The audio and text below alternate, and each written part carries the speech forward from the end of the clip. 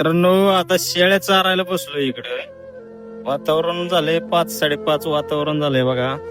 आणि ही आपली चिली पिली बघा, जीव लावला ना हा बघा. हिला कुत्र्याने चावलं होतं आणि ही मला तिकडे गावल्या. हिचा बरोबरचा जोडी अजून आला नाही आपल्याकडं.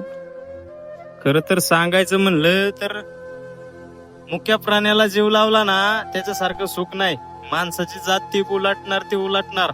माणूस आणि साप सेम आहे. सापाचं थोडं वेगळं आहे. साप जर गरीब राहिला असता तर लोकांनी सापाला दोरी म्हणून बांधला असता, खरं आहे का नाही? त्याच्यामुळं माणसाचं लय अवघड आहे, सापाचं पण अवघड आहे. पण हे मुका प्राणी आहे ना, हे लय जीव लावतो आपल्याला.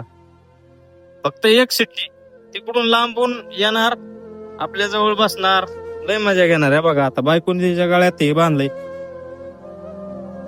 हे बघा हे डाग दिसतात का, तिला कुत्र्यांनी चावलं होतं, 4-5 कुत्र्यांनी. पण लय मस्त राहत्यात, एकदम मस्त राहत्यात. आणि ती 2 दिवस मोठी कुत्री या कुत्रीला चावली, अशी खेळली, पण आता काय नाही, निवांत राहते. चल